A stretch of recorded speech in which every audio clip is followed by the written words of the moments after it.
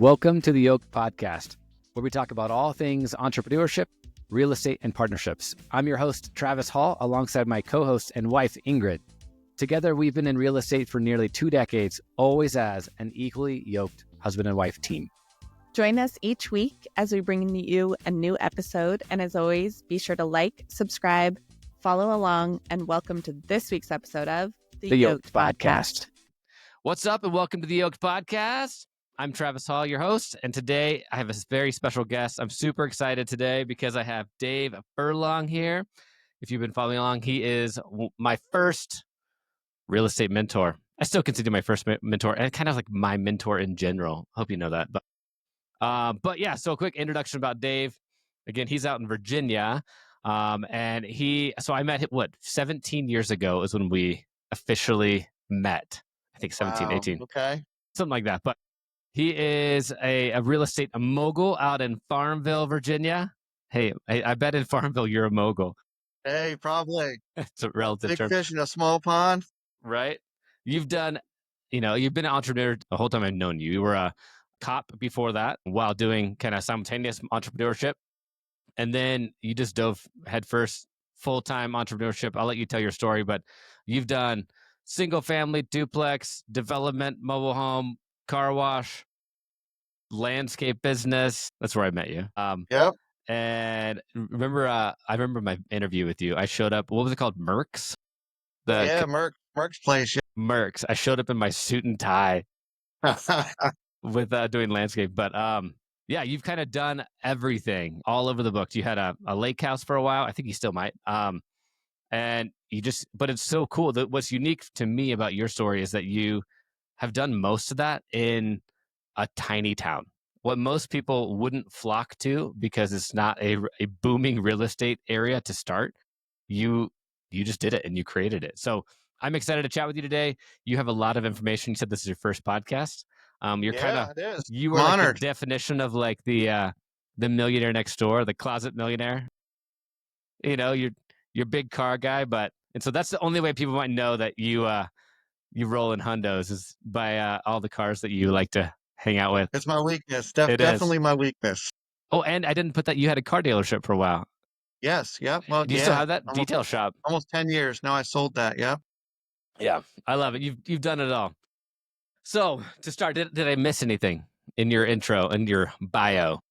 No, that's pretty thorough. I guess you want to start off with just a little bit of my history and who I am, I guess. Yes. First question is your story, like how you got to Dave Furlong of 2025. Man, I tell you what, it's been a journey, but nothing but fun. So I started off at a young age. I was always entrepreneurial. I remember being, I guess, about 10 or 11 years old. My dad bought me a lawnmower, and I went around the neighborhood, and I was cutting people's grass and stuff like that. During the in season, I grew a garden, and I was actually selling vegetables door to door. I didn't know I that. remember that. Oh my gosh, some crazy memories. My sister and I started a house cleaning business when we were that young, and I'll never forget one time. There was a family next door, and they wanted us to clean their house, and they paid us to clean their house. Now, keep in mind, we're 11, 12 years old, maybe. The gentleman was kind enough to give us a pair of his tidy whities to do the dusting. So I thought I'll never forget when he did that. So that got us out of the house cleaning business, but we stuck with No kidding. cutting grass and selling the vegetables. Going through high school, I continued to be very entrepreneurial. I started an auto detailing business. That was very successful. I was actually the head detailer at a local Ferrari dealership, Princeton Wow. Ferrari. I was only 16, 17 years old for those times. We detailing all these high-end cars. Plus, I did it all privately. Actually, I'm sure you guys have all heard of the Future Business Leaders of America.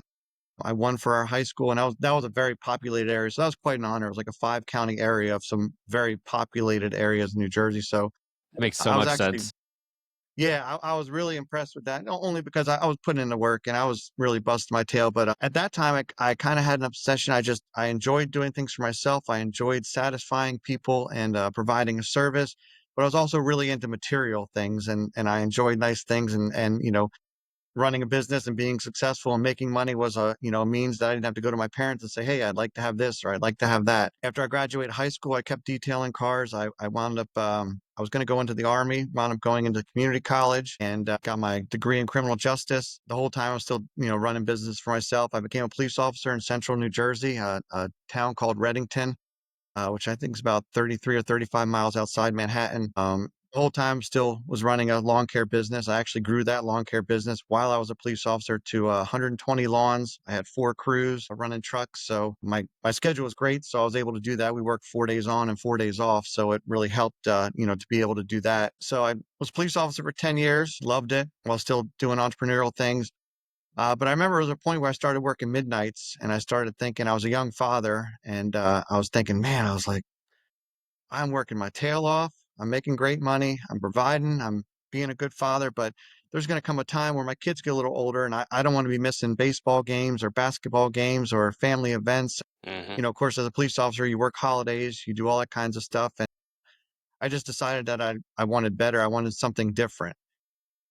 I was no longer interested in trading dollars for hours sort of thing. Even though I love my job, it was very rewarding. I loved helping people. I know it's very cliche saying to be a police officer, but it's the truth. It's a calling to want to help people. But I started getting into, real estate. And my first little venture was actually was getting involved in flipping houses. I thought that was going to be the way to go. Flip Everybody houses. does. Yeah, right. Find this diamond in a rough, dump some cash in it and turn it and make this big money. And next thing you know, you're rolling in it until you got to pay the tax guy, and what I learned was, flipping houses is you get paid once, wanting to get into a longer term real estate, you do something once and you get paid continuously. So I started getting involved in real estate. I started doing a few flips. They were successful. Was that in And New Jersey? Yeah, that was in New Jersey. And the market there is, fantastic, probably similar to where you are, where you can, make a decent chunk, flipping a house, at least back then.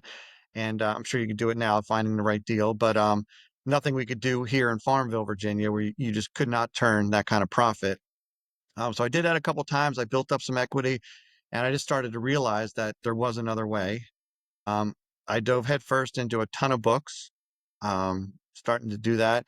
My foundation book, I think, was probably just like everybody else, was Rich Dad, Poor Dad by Robert Kiyosaki. I think that was what really, really clicked in my head and just made me, just say, hey, there is another way. I'm not thinking about money the way, the right way. I was always brought up with, go to school, get a good job, get an education, get a good job, get benefits. But I always had that entrepreneurial spirit where I was just like, nah, I can do better and I can do it in less time and I can make more money. So I decided to leave the police department and I went from central New Jersey to central Virginia, which are worlds apart. How old was Parker when you did that? Parker would have been, I guess, 4 and Sawyer would have been 2. Or it might have been 3 and 1, right around those ages. So, my that's a kids were huge both commitment. young. It is. And I'll tell you what, because in the time it was 2007, I guess the end of 2007, as a police officer in New Jersey, I was making over $100,000. I had fantastic medical benefits. I was invested in a great pension, worked 20 years and I could retire. And so it was a huge decision to say, I want something different. Yeah, it's starting over. And not only we're going to start over, we're going to move, 250 miles away and we're going to put our feet down in this town and go to work, So, but at the time, I recall not having any reservations. I was just like, this is something I'm going to do. And failure wasn't an option. How did you pick Farmville? Where did you just picked it? Right. There's a little bit of backstory. My grandmother-in-law and grandfather-in-law lived in Farmville. So we would come down to visit them, and we always loved the small town atmosphere. There's 2 colleges here, and we found this little piece of property out on a private lake. It was like a 30-acre lake, and we came down, and my wife at the time, we purchased the property and said, hey, this will be our retirement property. And it wasn't but a couple years after we had purchased that property that I brought it up. I was actually scared to bring it up, but I was like, you ever thought about moving down to Virginia a little early? And she had said, oh my gosh, she's like, I was scared to ask you. I said, well, I was scared to ask you. And next thing you know, we started making big decisions. That brought you here and you're still there. Yeah. Yep. Yep. It's a great place. It's a great town. And like you said, it's small, but there's a lot of good people here. And, there's a big thing to say about networking and knowing people and, having, having people to call and knowing who to call sort of thing has been very helpful. And it's been a great place to raise, the kids. That's awesome. So fast So, forward a little bit to now. You moved yes. there. That was 2007, 2008. You fast forward. You've done a lot since then. You've pivoted out of real estate. I mean, not exclusively, I should say. You've done other things. So where are you going now? Like, what are you doing, or have you made it? You're at the peak, and you're like, I'm just gonna hang, or you still have things that you're like, I'm gonna do this, I'm gonna do that. Hmm. What are That's an interesting the question. next And goals? Yeah. yes, it's very tough for somebody that has an entrepreneurial spirit. After we moved down here, I started up a lawn care business again because I just needed some cash coming in. I didn't have a full game plan yet. I was originally going to come down here and flip houses, and I quickly learned that you cannot flip houses in Farmville, Virginia. You might buy something for 175,000, put 30,000 in it, and sell it for 235, 240,000. There's just not enough meat on the bone. So decided I wanted to get into something, and the goal was obviously a passive income or more passive income. So I started getting into stuff, and I bought a single family, then I bought another single family and rented it out. Then I had an opportunity to buy a couple car washes in town, and I love the car washes for the simple fact that while you and I are sitting here talking, somebody's putting $10 bill into the machine and getting their car washed, and I just made $7. So that was a very eye-opening experience. After that, I started saw some opportunities, some land had come up, and I wanted to do some development. And it was a big step because I didn't know anything about car washes, and yet I'm spending $1 million to buy these car washes. And then I saw some land come up that I was like, oh, you know what? This is a perfect location. This is a great spot, blah, blah. I'm like, I want to develop this 20 acres. I didn't know anything about developing. So I was just like, ugh. I was like, if somebody else has done this before, I can figure it out. And I'm gonna jump in and let's go. So I bought this 20 acres and wound up calling that development Wexford Greens. I wound up there's 8 duplexes over there, still room for a few more. And then I just went from there, just started buying more properties. And what's nice is once you get in the game is you build up a network where people know that you're into the rental business. They know that what you do, and then your phone starts ringing instead of you having to turn over too many rocks to find deals. So, and like you said, I got into auto dealership. I wound up not ever paying myself from that, and I took all the money that I made from that. And I rolled it into buying the next property, or I rolled it into paying down a mortgage, and I just acted like that never existed. My goal was Freedom Day. I wanted to be, financially free, to like Robert Kiyosaki, we talked earlier, just getting out of the rat race. Hmm. I didn't want to be trading dollars for hours, excuse me. I didn't want to be told when my lunch break was. I didn't want to be told, I've got 2 weeks vacation this year. That's not me. So I wanted to learn another way, and that's why I went the route that I did. I love it. It's so true. Ingrid and I talk about entrepreneurship a lot. I mean, obviously that's why Yes, we have this podcast, and it's a different language. Like it from like corporate, clock in, clock out. Like I don't ever clock out. right. Like I was looking at stuff last night at 10 o'clock at night. You just, but it also gives you the freedom to. I mean, I took 5 weeks off last summer and went camping. I worked a lot, but Right. Who it can do was that, right? it was awesome. Yeah, Yeah. but it's not for everybody. I wish it was because it is amazing, but it is not for everybody. No, it definitely isn't. Well, you, in my opinion, I think you got out of the rat race quite well. Yes.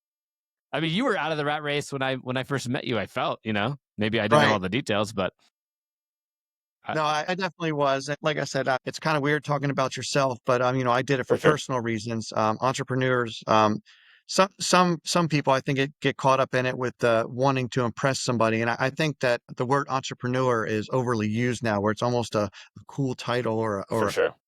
something that's trending, like, oh, I'm an entrepreneur. Well, you're an entrepreneur and, you sell candles online. What is it that you do, or what is it that you create, or what is it that you bring to the market, that helps people that you're able to use that. So all I knew is that I wanted independence, and time is the most valuable thing that we have. And I just wanted to be free to do with my time what I will. And going back to your question, I never fully answered your question. I am definitely not on the incline anymore. I'm definitely plateauing. And if anything, trimming the fat a little bit, maybe some of the properties.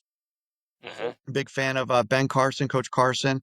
And he talks about being the small and mighty real estate investor. I'm definitely feeling his vibe now, where the amount of doors that you have doesn't make you who you are. I'm not doing this for anybody but myself and my family.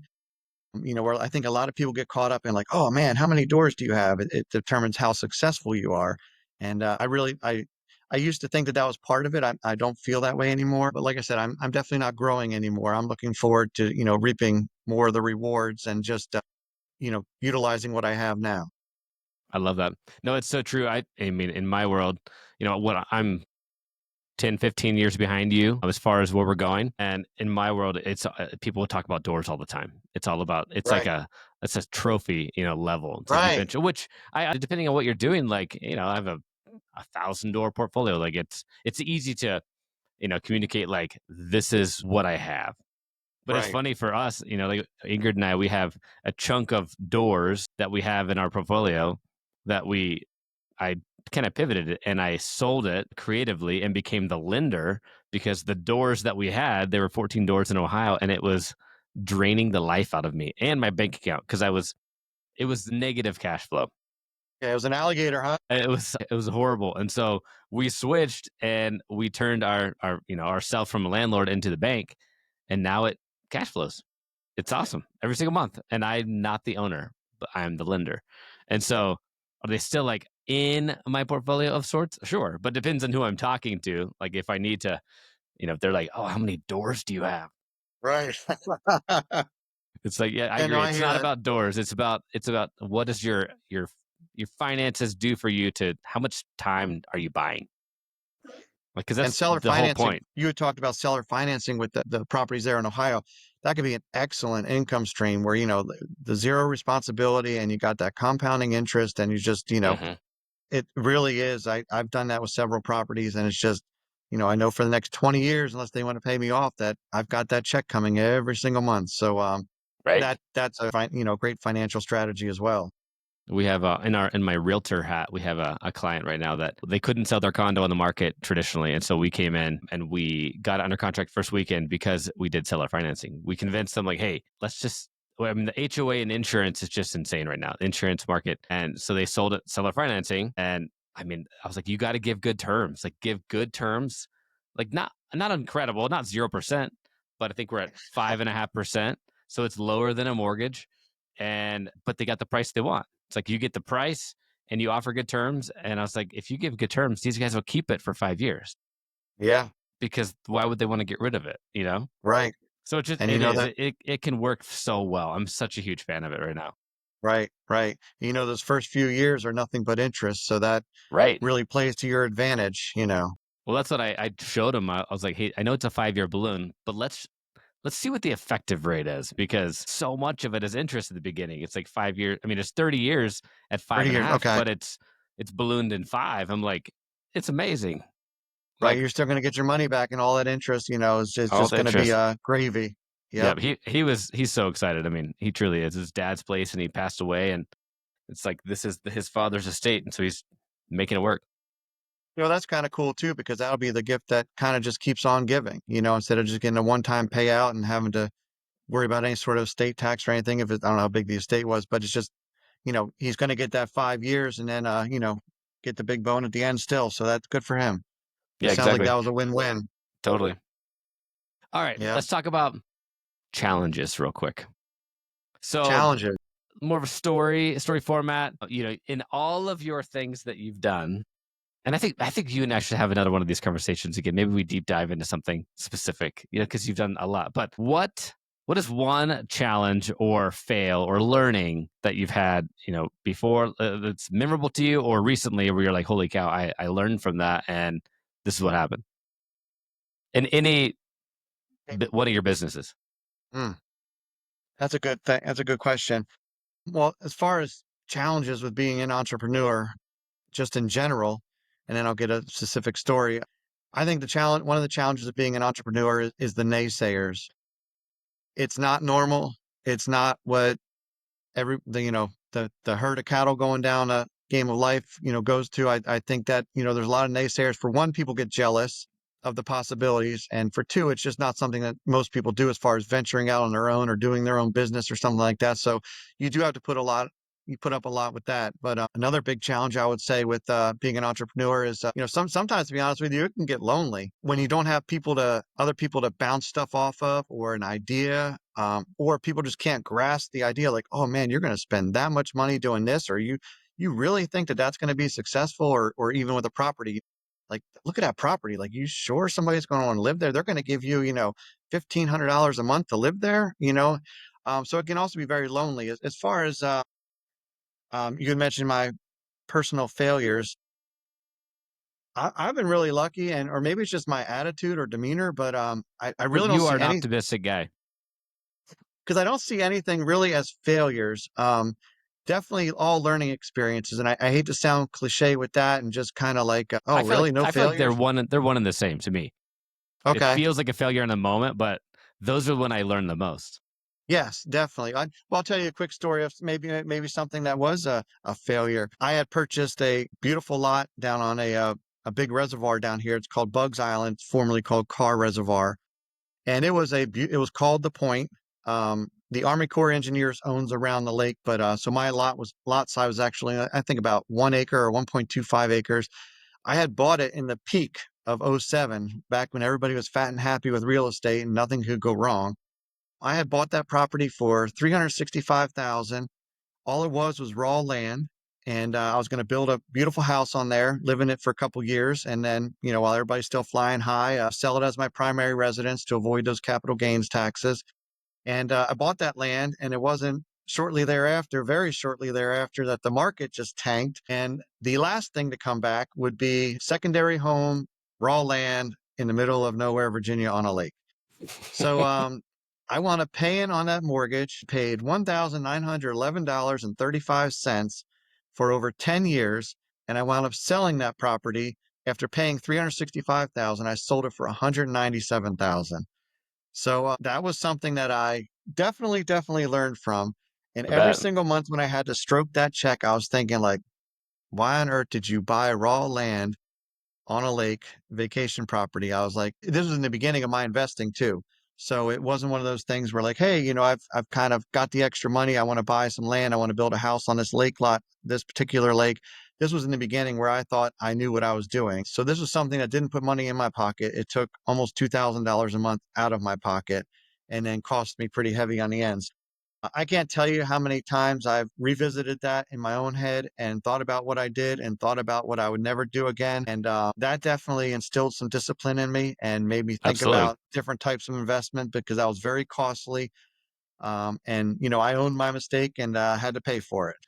How good did that feel? Even though you lost money on it, how good did that feel just like being done?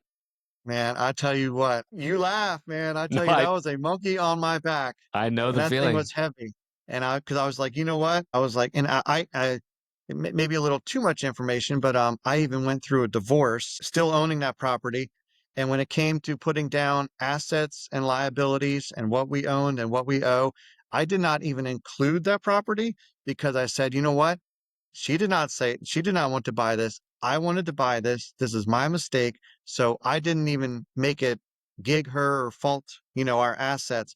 And I completely owned that for another 3 years after I was divorced, paying the $2,000 a month, because I'm like, nobody needs to feel the burn from this except for me. And so I was just like, I'm big on owning your mistakes, Mhm. owning your High successes, integrity. but also owning your mistakes. And that was my mistake.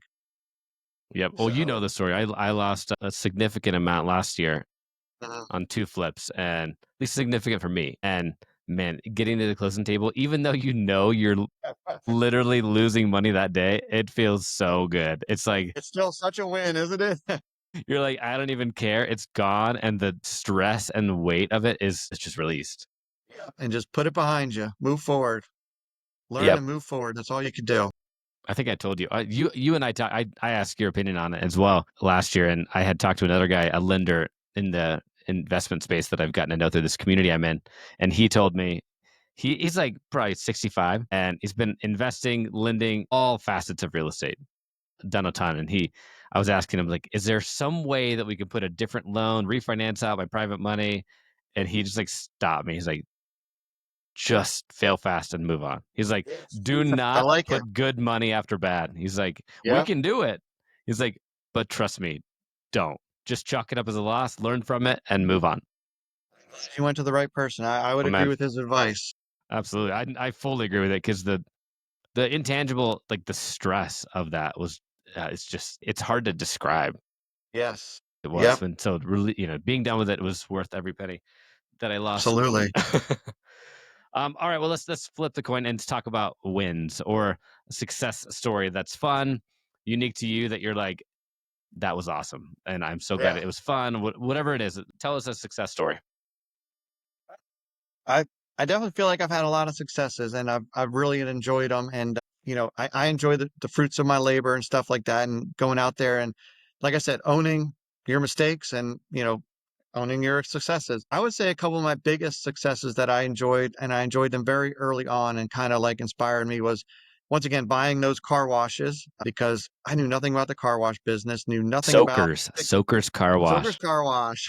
Knew nothing about fixing equipment, knew nothing about marketing, had no idea about the maintenance that's involved in them, and the cleaning up after the mud trucks, especially during hunting season and stuff. So I would say that would be a huge success. And getting that, I took something that was thought very negatively of, and turned it around, put some money into it, did what I would have liked to seen in the two different car washes at the time. It was two. Brought them up, did the marketing, did the branding, went out, got involved in the community, doing fundraisers, and really just taking. I think when I think I wound up tripling the gross sales within the first 2 years of the car washes, which, to me, I ran my numbers off of what they were doing currently, which is Right. horrible. I said, man, these things are barely going to cash flow, but you wind up tripling that revenue that it was doing. Of course, your water bill goes up, your electric bill goes up, you're buying more supplies, but the cash flow just turns, it's night and day.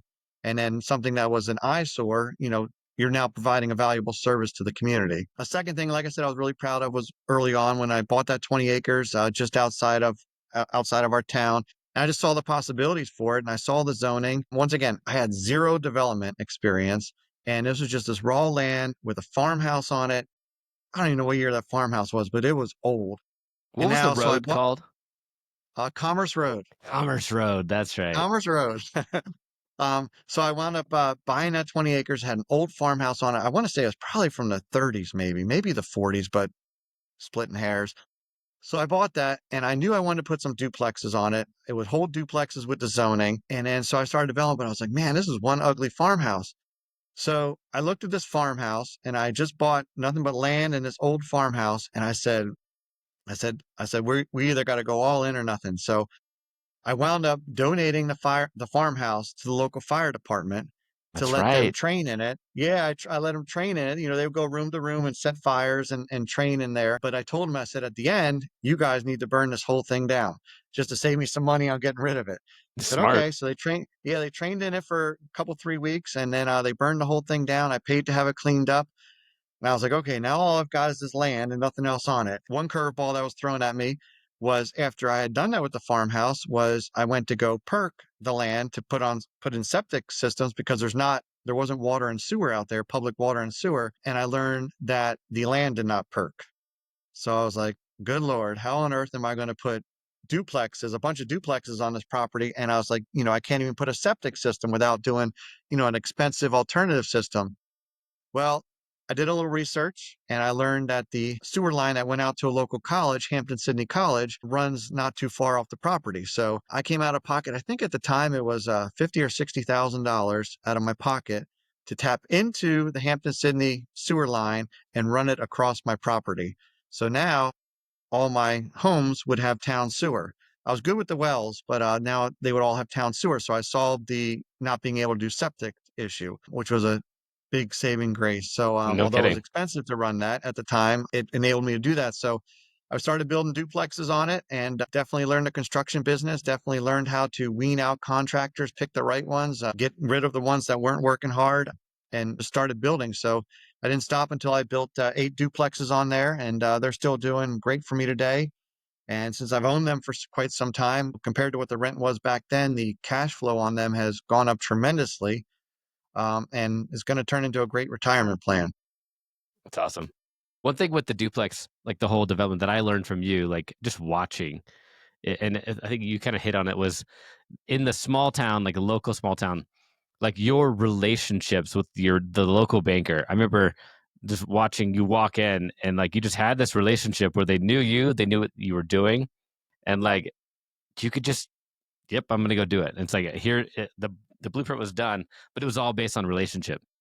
Yes, 100%. I'm a firm believer in small town banking and community banking. No disrespect to the larger banks, but Bank of America, Wells Fargo, you're kind of just a name and a social security number. A local community bank that might have 8 or 10 branches, go in there and they know you as a person and they know what you're capable of, and you establish a track record, and your word is still good, which is one of the great things in a small town is, we still do handshake deals and we still, and your So word cool. still has value. Sometimes in the big city, your word doesn't mean anything and a handshake doesn't mean anything. And that's part of the reasons why I like, dealing with a small town because, everybody gets curveballs thrown at them, whether, you be a tenant or whether you be wanting to do something or working with the business. And, if your word is good, then, people will take it for that until till they have a reason to not trust you. And I really enjoy that in a small community.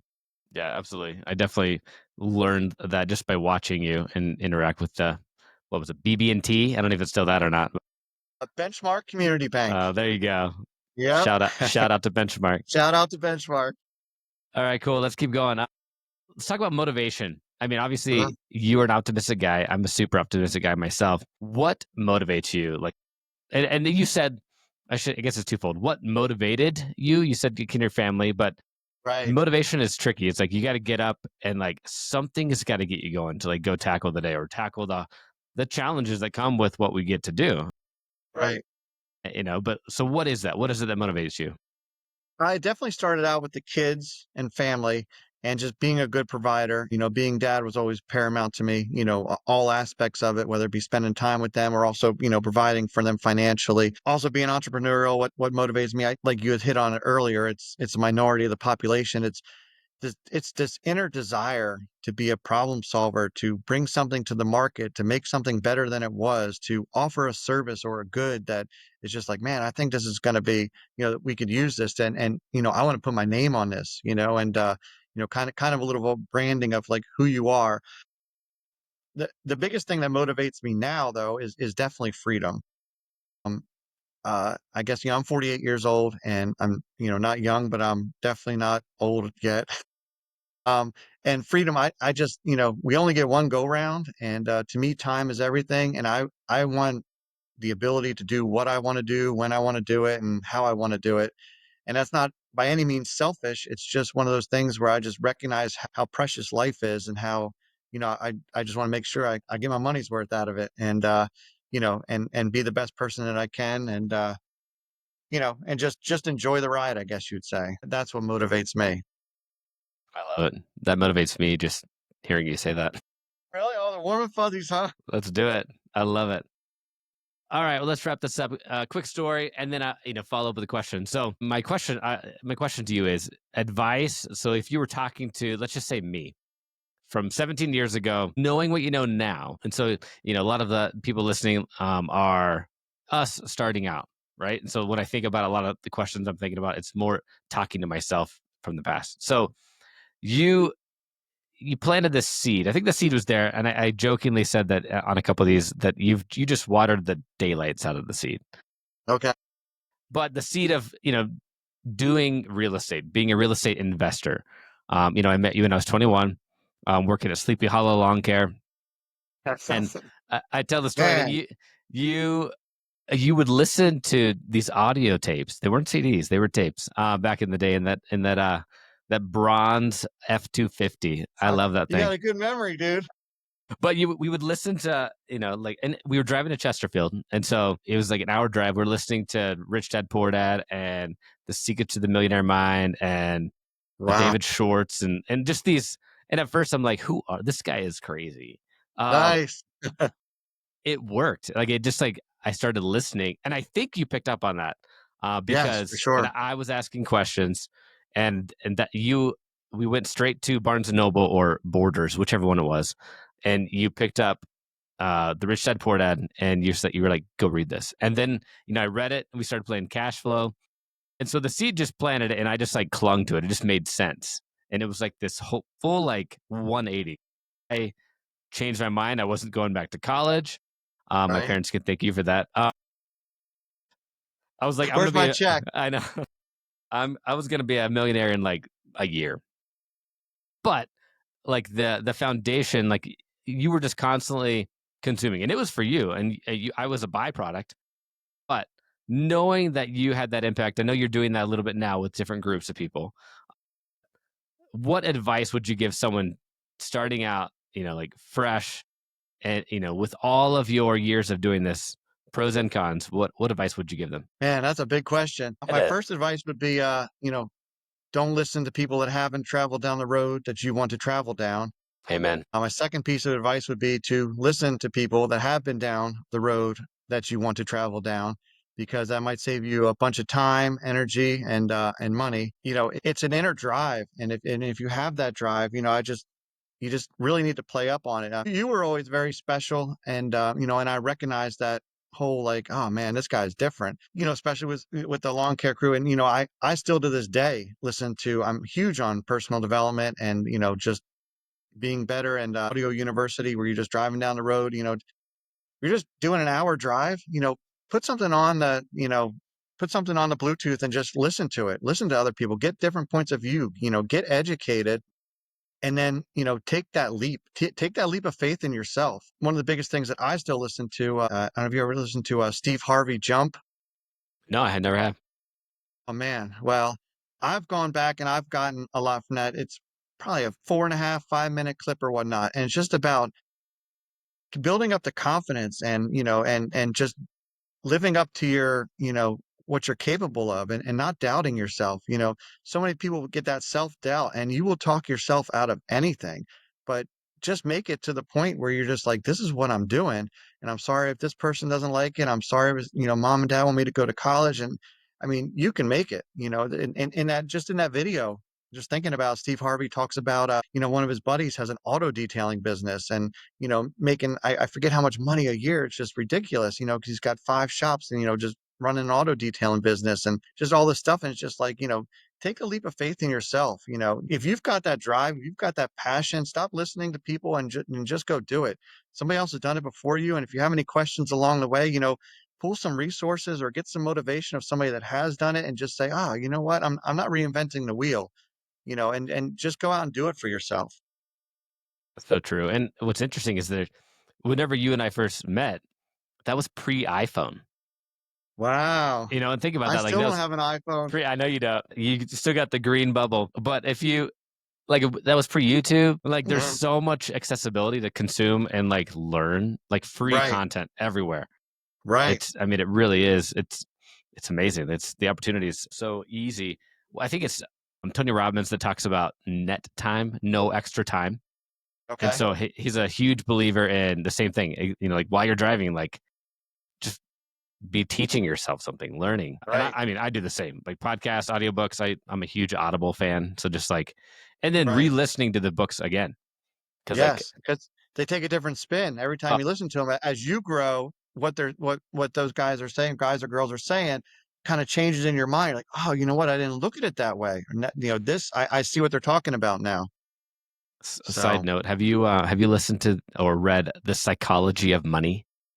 No, but I did just order it. It's so weird that you say that. Wow. It's okay. so good. I'm listening to it. This is my 4th time listening to it. Okay. And it is so good. You'll good, love it. Huh? Okay. It's so good. Yep.